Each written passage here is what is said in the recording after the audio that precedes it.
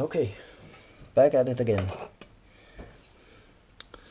I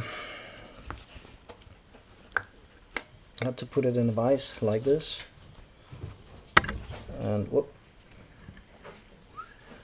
and press down on it and hit the top. Okay, you can't see it there, but maybe you can see it here. So if you hit the top here, you can see it squishes down a bit, and then you can bend in the top of it. Not much space to do that on, but that's how you fringe it over again and make it look semi decent. See, the lip here is a bit wider. That needs to go in and over to hold the two, to clamp the two halves together.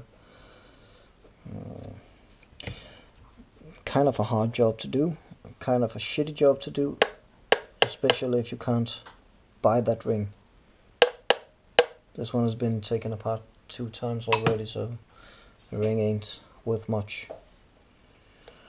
But that's what holds the two halves together, and a new rubber seal would be nice, but in another lifetime.